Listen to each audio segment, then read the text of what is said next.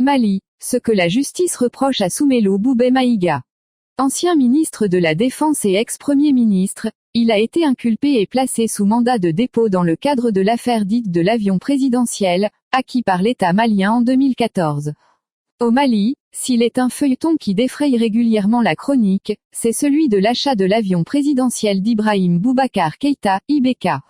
Le dernier à en faire les frais n'est autre que Soumeylou Boubèye Maïga, ministre de la Défense au moment des faits, en 2014, et par ailleurs ancien Premier ministre de 2017 à 2019.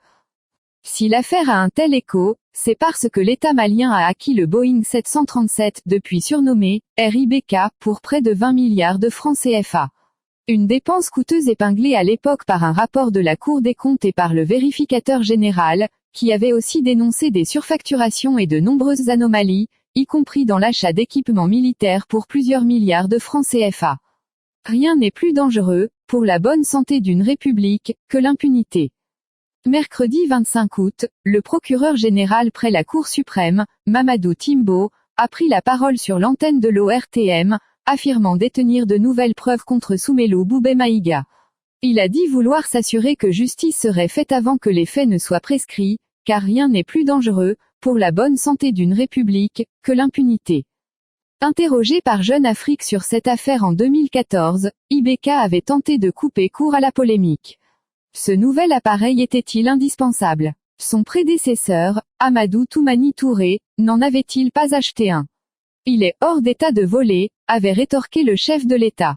Ce 727 a été obtenu dans des conditions d'opacité telles que nous ne disposons d'aucun document ni d'aucune facture le concernant, il semble qu'il aurait transité par la Libye.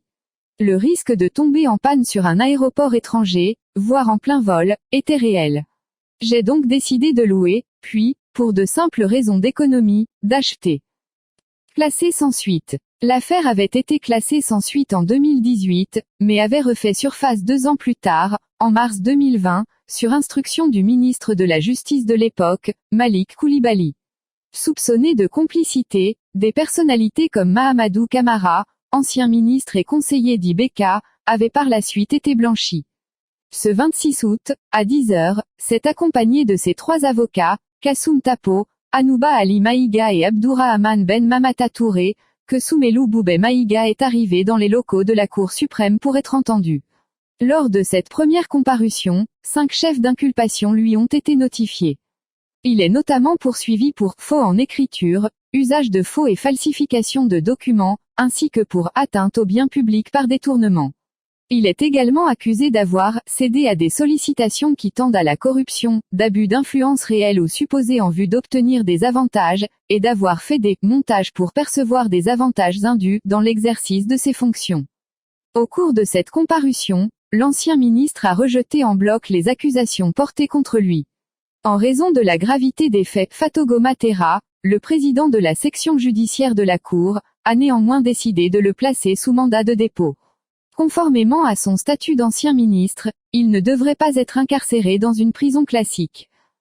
Depuis la mise en place du deuxième gouvernement de transition, en juin, et l'arrivée au ministère de la Justice de Mahamadou Kassogué, plusieurs personnalités de l'ancien régime ont été inquiétées. Fin juillet, c'est Moussa Diawara, autrefois chef de la sécurité d'État, qui a été écroué. Le 2 août, c'était au tour d'Adama Sangaré, l'influent maire de Bamako, de retourner à la case prison. Karim Keïta, le fils d'IBK, est pour sa part visé par un mandat d'arrêt international. Purge politique. Début août, présentant son plan d'action gouvernemental devant le Conseil national de transition, CNT, le Premier ministre, Choguel Maïga, a promis d'instaurer une gouvernance de rupture et d'exemplarité, et de se livrer à une lutte implacable, contre l'impunité et la corruption pour enrayer la déliquescence de l'État. Des rumeurs couraient concernant les arrestations. Certains y voient des purges politiques qui ne vont pas s'arrêter là, déplore un avocat malien qui a souhaité garder l'anonymat. On a entendu beaucoup de membres du CNT dire qu'il fallait rendre des comptes. Boubèye Maïga et les autres sont des trophées dans le cadre de la lutte contre l'impunité. Et en éliminant des barons, le pouvoir en place pourra plus facilement prolonger la transition. Cette procédure est une hérésie. Le procureur général près la Cour suprême a expliqué que la Haute Cour de justice, habilitée à juger le président ou les membres du gouvernement, n'était actuellement pas fonctionnel du fait de la transition. Par conséquent, a précisé Mamadou Timbo, l'affaire sera jugée devant la cour d'assises. Mais à quelques mois de l'élection présidentielle, prévue en février 2022, cela fait grincer des dents au sein même de l'appareil judiciaire.